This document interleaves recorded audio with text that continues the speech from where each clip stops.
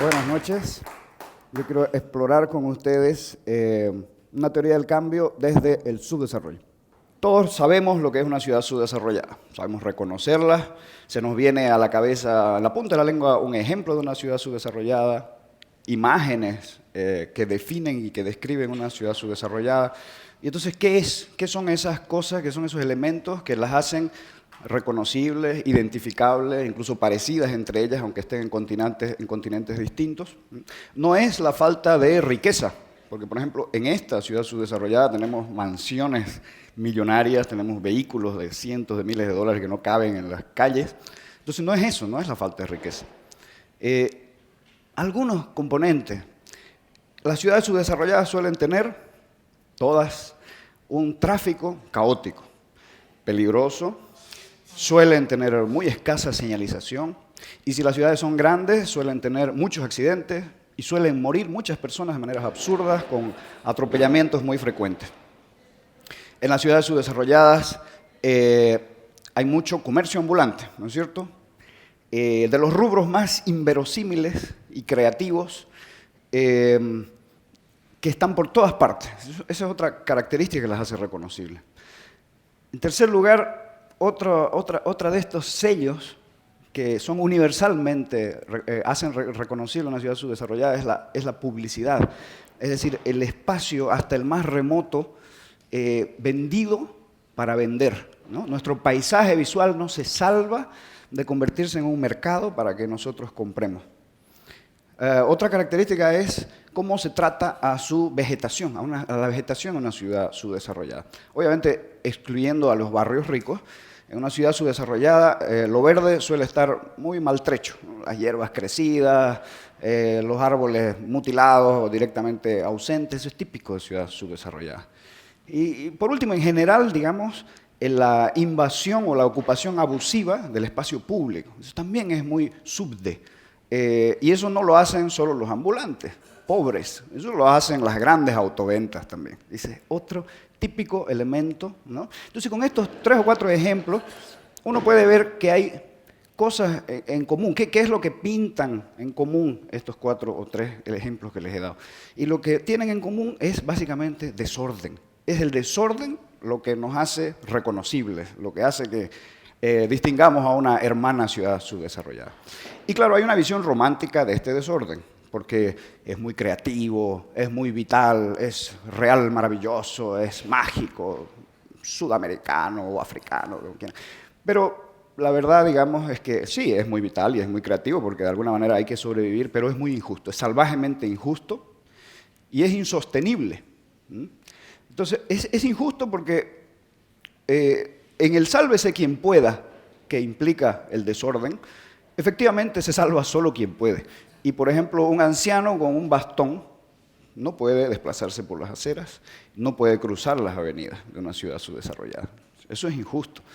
Es injusto porque todos nos quedamos sin calidad de aire o sin aves si algún privado o algún municipio tala todo árbol que se le ponga enfrente porque puede, ¿no? Y en general es muy injusto porque socava la base de nuestra convivencia, que es que nosotros hicimos un acuerdo, pusimos ciertas normas sobre el papel, las validamos con nuestros sistemas políticos, deficientes o no, y dijimos, ok, estas van a ser nuestras reglas del juego.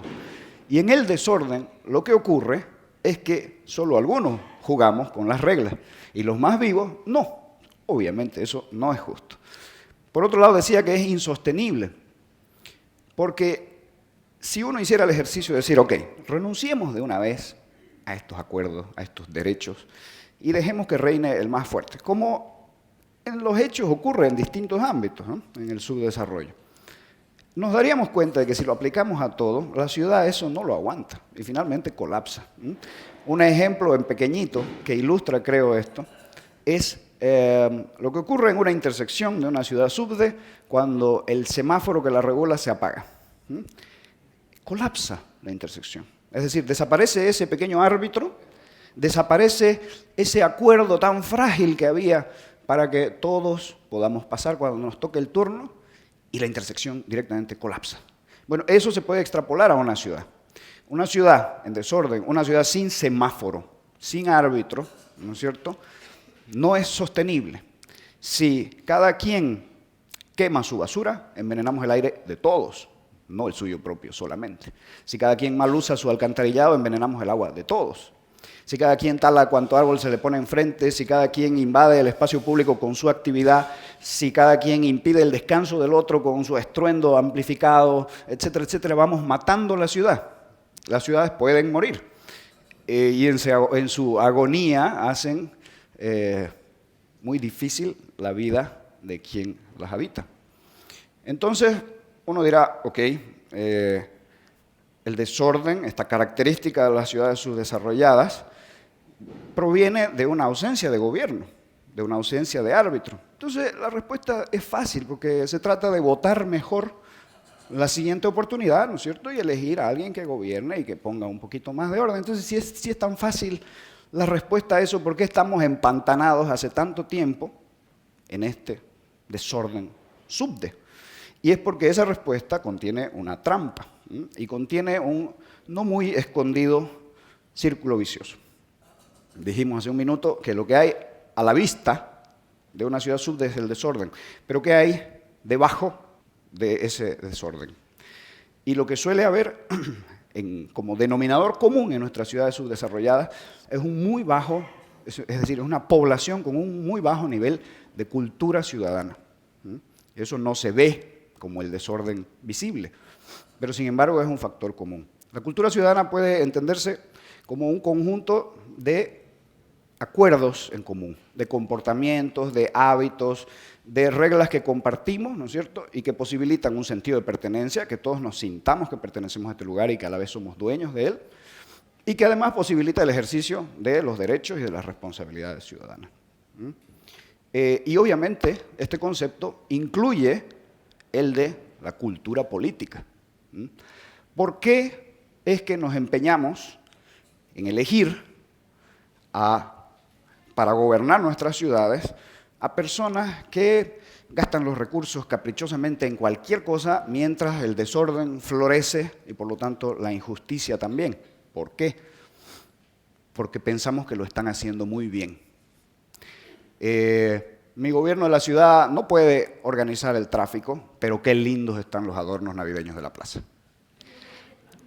Mi alcalde le hizo una estatua a su papá, pero tiene derecho porque es el alcalde. Esas cosas uno las escucha de verdad, ¿no?, y es dramático, pero es real. Nuestras ciudades se gobiernan con prebenda y se gobiernan de una manera feudal, feudalismo moderno, digamos, pero feudalismo a final de cuentas. Y entonces lo que ocurre es que estas maneras de gobernar la ciudad justamente imposibilitan la elevación del nivel de cultura ciudadana. Es decir, ahí es donde está este círculo vicioso.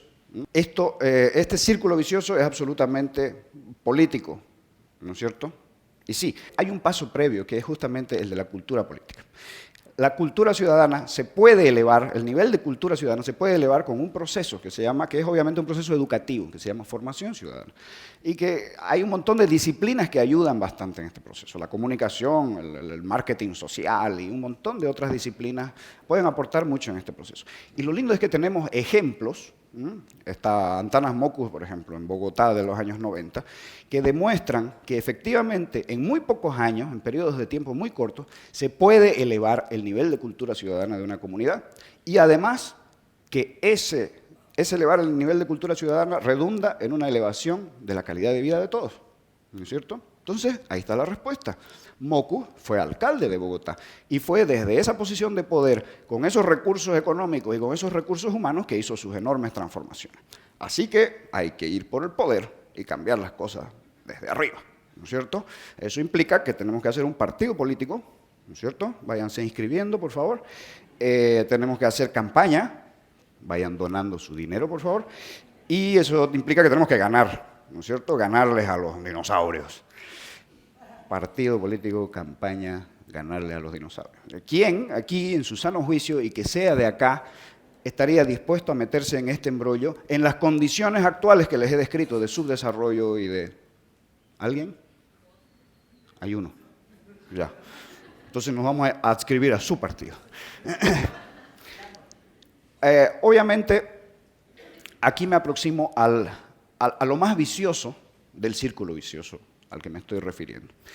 Y es que los sistemas políticos en nuestras ciudades subdesarrolladas y en nuestros países subdesarrollados están llenos de trampas, están llenos de candados. Son viejas trampas, viejos candados. Tienen manzanas envenenadas, ¿no es cierto? Es decir, sin ofender al compañero político, la pelea por el poder no es en nuestras ciudades una tarea para ingenuos bien intencionados. No estás dispuesto a doblar, no romper, doblar tus principios, no tenés futuro en la política. Y eso, así tan dramático, lo dejaría a uno realmente frustrado, ¿no es cierto? Pero, ¿será que hay otro enfoque posible? Siempre los hay, ¿no es cierto? Sean correctos o no, ese es otro tema. Desde la perspectiva clásica, me vuelvo a mi círculo vicioso, digamos lineal, mecánica, marxista, estructuras, superestructuras, bla, bla, bla, uno, para cambiar las cosas efectivamente tiene que ir por el poder y cambiarlas desde arriba, ¿no es cierto? Ir y cambiar las estructuras. Bueno, pero desde Marx ha corrido harta agua bajo el puente y hoy en día el mecanicismo, ¿no es cierto? Estos modelos mecánicos han sido un poco arrinconados como muy útiles para ciertas cosas, para describir ciertos procesos o fenómenos. Pero, por ejemplo, los procesos sociales, está claro que no son fenómenos mecánicos, no son procesos mecánicos, no son lineales, ni simples, sino todo lo contrario. Se asemejan más a procesos biológicos, orgánicos, ¿no es cierto? Es decir, donde no hay estructuras jerárquicas, no hay conexiones jerárquicas puras, sino que son redes complicadísimas de interconexión y donde no son tanto los componentes del sistema los que hablan, sino que son las relaciones y los flujos entre ellos los que hablan, ¿no? Entonces, bajo ese nuevo paradigma y dibujando el problema como un círculo y no como una pirámide o un árbol jerárquico, uno se vuelve a hacer la pregunta, bueno, desde esta nueva perspectiva, no mecánica, ¿cómo le brincamos al tema? Y entonces uno dice, perdón, un círculo no tiene arriba ni abajo. Entonces, aunque yo quisiera entrarle por arriba, no puedo. Da lo mismo desde donde lo aborde. ¿Me siguen? Es decir, da lo mismo desde donde lo aborde yo. ¿Qué pasaría si una generación de personas en una ciudad, y entiéndase generación como todas las personas vivas en un momento dado, sean niños, adolescentes, jóvenes, adultos, ancianos, etcétera? ¿Qué pasaría si asumen la tarea, el desafío de elevar el nivel de cultura ciudadana de la propia comunidad, es decir, su propio nivel de cultura ciudadana, de manera significativa y en un periodo determinado? ¿Redundaría eso en la elevación? O sea, al elevar el nivel de cultura ciudadana, ¿podríamos elegir mejores políticos para que nos representen, mejores funcionarios públicos? O, más interesante aún, ¿podría generar esa comunidad con el tiempo mejores funcionarios públicos y mejores políticos? La teoría es que sí, porque con una aplicación suficientemente sostenida de este modelo, digamos, la cosa debería funcionar. Ahora, las herramientas que se mencionaron de la comunicación, el marketing social, etcétera, están ahí, pero no son suficientes. Se necesita una fuerza no menor para esto. Se necesita un enorme grado de cohesión social y de acuerdo ciudadano, sobre los que hay que trabajar y que son un desafío gigantesco.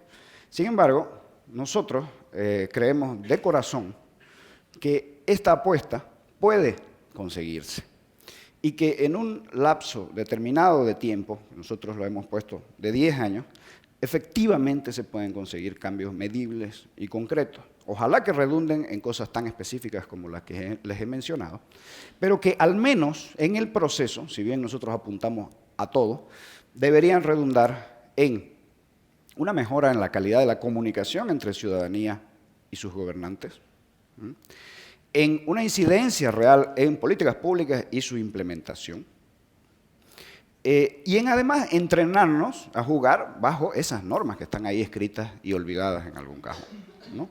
Entonces, perdón, nosotros, como les decía, nos hemos puesto un plazo de 10 años. Hemos probado todas las teorías posibles para predecir, prever cómo nos va a ir.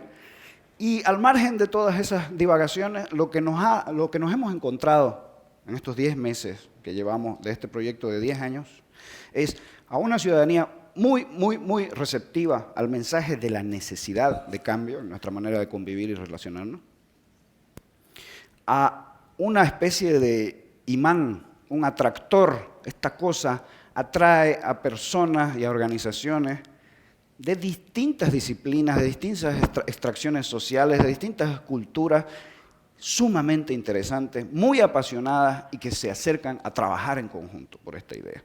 Esa es otra cosa con la que nos hemos encontrado. Y una tercera cosa que nos ha sorprendido es que incluso hemos recibido la venia de las élites, cosa que nos ha sorprendido bastante, como les digo. Incluso de las élites económicas, ¿no? A nosotros, que hemos sido acusados, incluso irónicamente por algún poeta de izquierda, de ser melenudos mal vestidos que venimos a hablar de moral. Sin embargo, la élite económica encorbatada nos ha dicho, pat, adelante muchachos. Si uno ve que coinciden la sociedad civil y la élite económica, que no suelen coincidir, en la idea de que una ciudad con un poco menos de desorden, con un árbitro que haga cumplir ciertas normas básicas de convivencia, con algo más de solidaridad y de sonrisa, es el escenario para el desarrollo, el verdadero desarrollo. ¿Cómo no ver en esas señales un buen momento para este experimento? Nos arrepentiríamos toda la vida si no lo intentamos. Muchas gracias.